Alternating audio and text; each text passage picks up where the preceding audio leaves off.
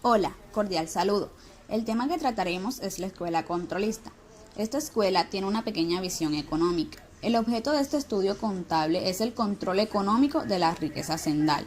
Su objetivo es la materialización de las cuentas, incluso las que antes fueron personificadas, afirmando que lo tangible es lo certero. Esta escuela pertenecía a las escuelas clásicas.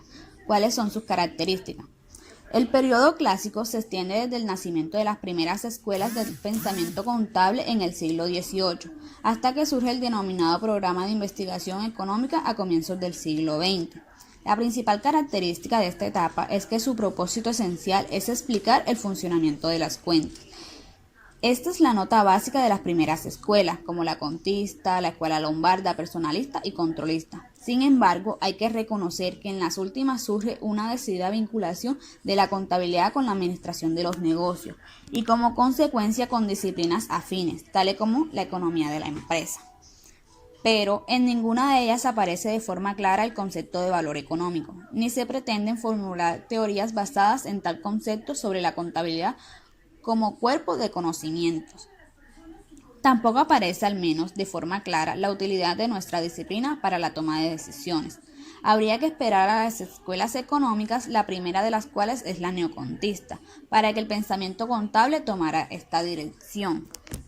Ahora bien, la escuela controlista también es conocida como materialista. ¿Cuál es su aporte? Visión económica administrativa del patrimonio. Su característica principal es el control de la riqueza de la hacienda y define la contabilidad como la ciencia del control económico de las empresas de cualquier tipo, que debe extenderse y al estudio y construcción de los hechos administrativos y puede ser antecedente o consecuente a estos. ¿Cuáles son sus representantes? Es Fabio Vesta. En su obra La rayonería, Fabio Vesta establece tres elementos de la gestión de la hacienda: gestión, dirección y control. Para este autor, la contabilidad y el control se equiparan, y trae una definición sobre la contabilidad que ilustra las razones por las cuales es considerado el padre de la escuela controlista. La contabilidad, desde el punto de vista teórico, estudia y enuncia las leyes del control económico en las haciendas de cualquier clase y deduce las oportunas normas a seguir para que dicho control sea verdaderamente eficaz, convincente y completo. Desde el punto de vista práctico, es la aplicación ordenada de estas normas a las distintas haciendas. De otro lado, Vesta aporta el principio del costo histórico y también el valor razonable, dentro del principio de la prudencia.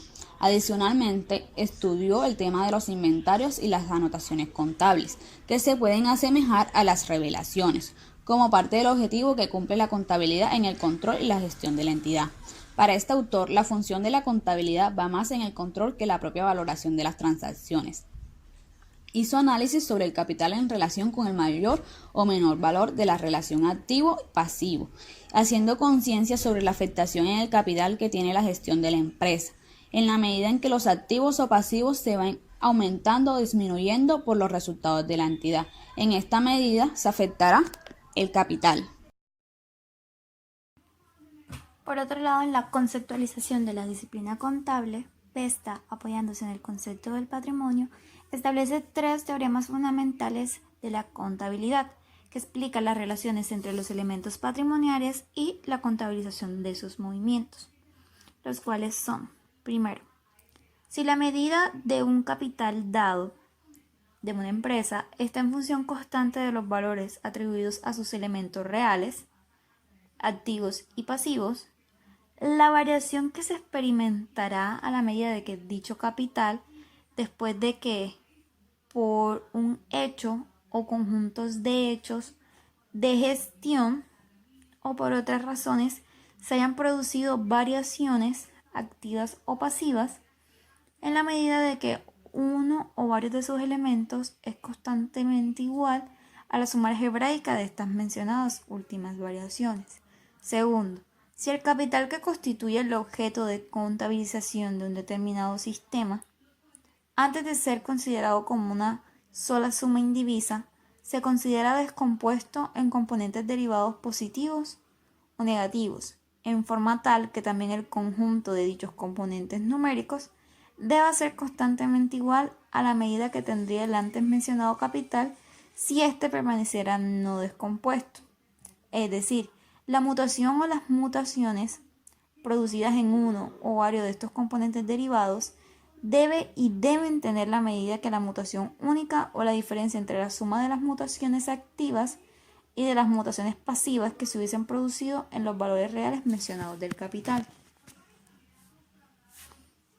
Tercero, si a cada uno de los elementos reales y cada uno de los elementos derivados que componen la medida de un determinado capital se establece y mantiene abierta una cuenta dividida en secciones, si la medida o el valor de las mutaciones asignados en tales cuentas a los componentes derivados depende de los valores atribuidos a las mutaciones producidas en los elementos reales de las cuales dependen. Si se conviene en escribir las mutaciones activas de los elementos reales, debe ser su cuenta respectiva y las mutaciones pasivas al haber. Las mutaciones activas de la medida del capital al haber de las cuentas derivadas, de las pasivas al debe.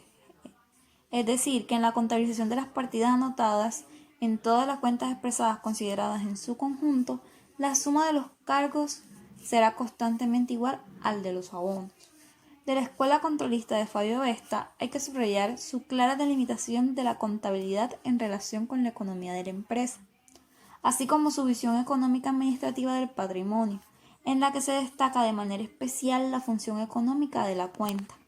También es de interés el intento formalizado a partir de teoremas indicados.